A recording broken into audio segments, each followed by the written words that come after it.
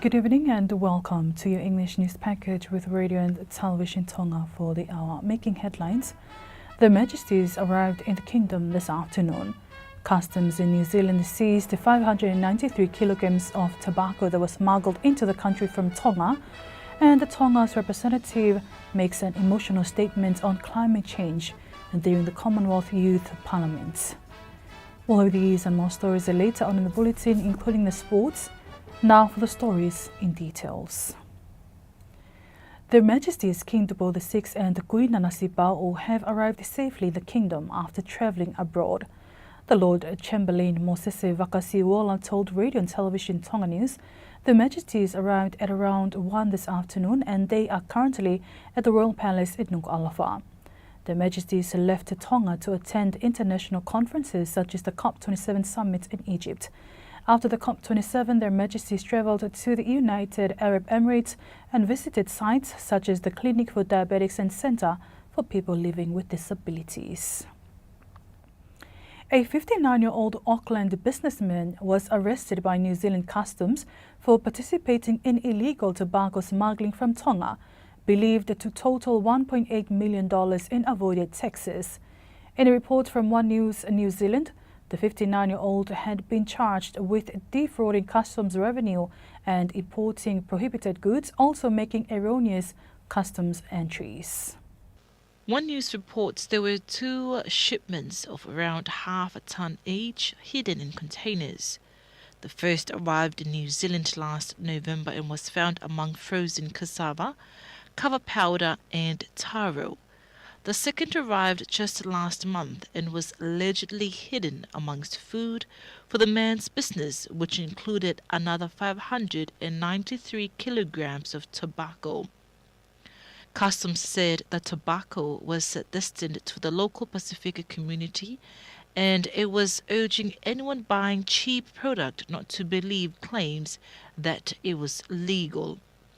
Customs Investigations Manager Cam Moore says that people buying cheap tobacco from others' homes or acquaintances should be skeptical of sellers' claims that the tobacco is legal.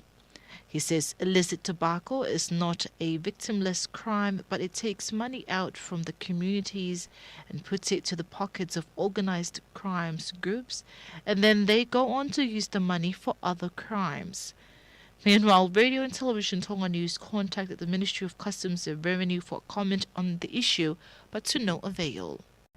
It was an emotional moment for Tonga's representative at the Commonwealth Youth Parliament when she broke down in tears to tell about the effects of climate change in her country. The 3-day event was held in Trinidad and Tobago. Tonga's representative to the 11th Commonwealth Youth Parliament, Christina Moala, was emotional when she described her country's struggle to cope with the effects of climate change. Her emphasis was that Tonga is sinking and that world leaders needed to do something to save her country from sinking. These were strong, sincere statements and lamentations for Tonga, which has been severely hit by climate change. The land that my future lies on is sinking. I will not live any life. I will not live my life to see our beautiful islands being lost to the sea. Youth to be agents of change. Go brave and so forth.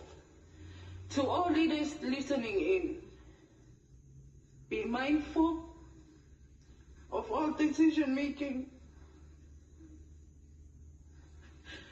Always put in mind the small island nations who is suffering. There was applause from all the members at the meeting during Moala's speech. Moala said the opposition's decision-making led to the enormous effects of climate change.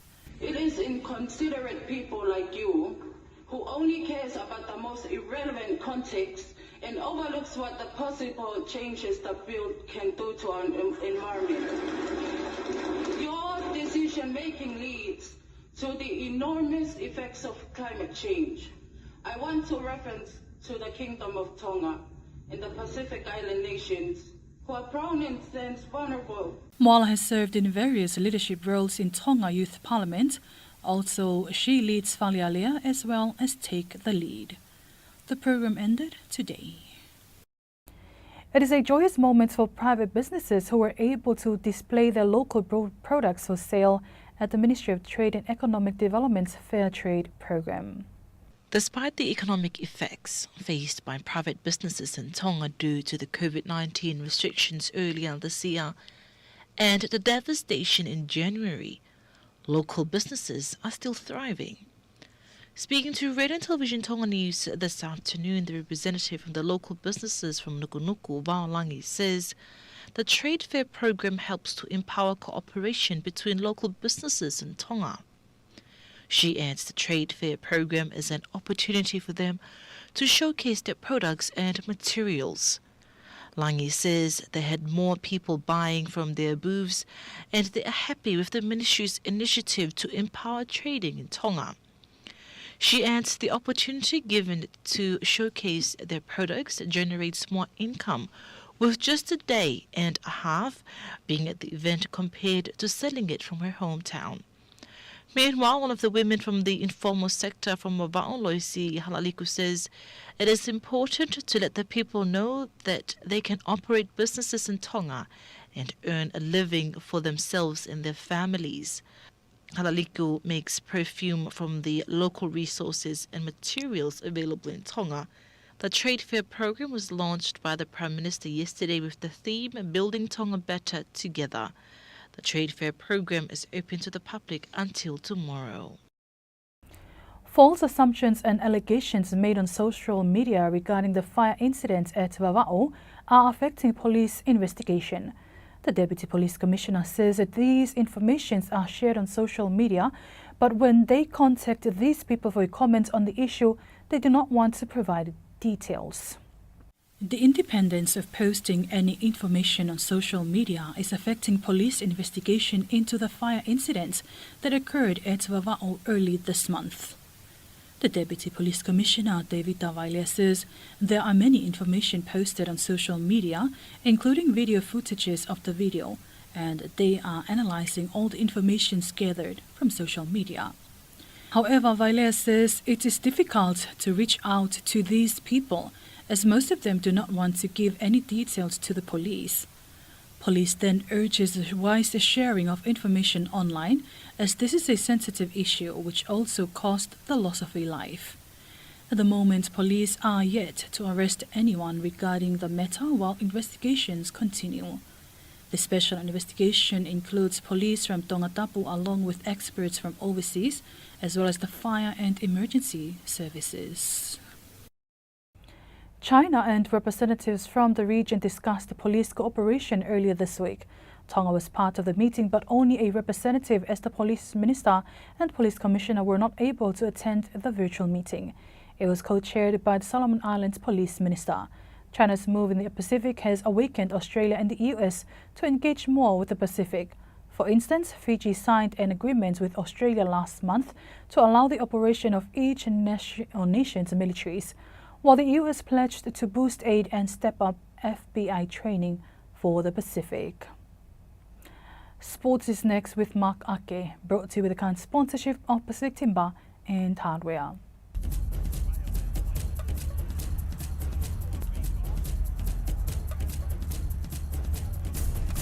The boxing Australian heavyweight champion Justice Huni visited local schools to share his knowledge and expertise on boxing, but most importantly promote a message to the youth. Today Huni visited Tonga High School, Tonga College, Axe Community School, and Upfor College. Huni said that the theme he hopes the youth could learn is keeping fights off of the streets, as there are better opportunities on the horizon. Keep the fighting out of the streets. Teach them that there's other pathways than going out and fighting in the streets, and just healthy lifestyle as well. But yeah, most importantly, to whatever goals they set for themselves, to chase it and give it their all. Huni is expected to depart the country tomorrow after 1 week here, and he described his time in the kingdom as unreal. Unreal. If I could put it down to one word, it was unreal. From the moment I stepped off the plane to right up until this day, it's been, the love and support that I've been shown here is unbelievable. So I'm very thankful to have Tonga as my heritage. Huni mentioned that he is grateful for the opportunities he received while in Tonga and that he can't wait to come back. Meanwhile, Huni's manager, Michael Francis, said that he has noticed an abundance of sports talent from their school visits today. Oh, the schools are brilliant. Like the kids are so passionate, and that's one thing that's untapped with these kids. Like they are passionate about everything they do. That's probably why they're good at what they are. They're natural athletes, and not only as natural athletes, like they've got skills outside of that. They've like a lot of these people, these kids at these schools, they sing like angels. So, it's untapped the talent on this island, and hopefully over the next few years, because we will be coming back quite a bit. But over the next few years, hopefully that we can sort of trying to tap into that ourselves and try and develop and create pathways for these young kids moving forward. But the island there's so much talent and there's so much passion, and it's something that we are very keen to do is get back and develop that. Francis believes that the boxing scene in Tonga needs improvement. It needs work. Look, boxing needs work. I suppose there's a lot of people out there that don't want to see boxing develop in the country because they're not educated as boxing people. They think that all you're doing is teaching kids how to fight, but actually what you're doing, you're taking the fights off the streets and you're putting them into a controlled environment and you're putting them in a ring. And what boxing teaches you is respect. And without respect, there's nothing else you have. But respect's very, very valuable. And not only respect, also commitment, drive, passion. There's so many things that you can learn from boxing, and even healthy eating. You train hard, and kids know if they to get the best out of their athletic selves, they've got to eat properly, train hard, eat properly, and concentrate and learn. Watch and learn. I watch and learn from the experts like Justice. Justice is only 23 years old, and he's only still very young in his life and in his career. A lot of these kids here today that are 18 years, 17, 18 years, they're not much younger than Justice. So, if they really want to do something and they want to set some goals, they can really achieve whatever they like. Huni hopes to make it back to the ring early next year once he recovers from a hand injury.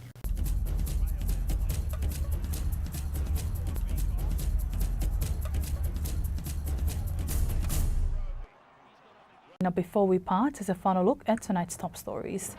The Majesties arrived in the Kingdom this afternoon. Customs in New Zealand seized the 593 kilograms of tobacco that was smuggled into the country from Tonga, and the Tongas representative makes an emotional statement on climate change during the Commonwealth Youth Parliaments. That's it for tonight. Thank you for your company. I'm Malia Gutenbell. Have a blessed evening.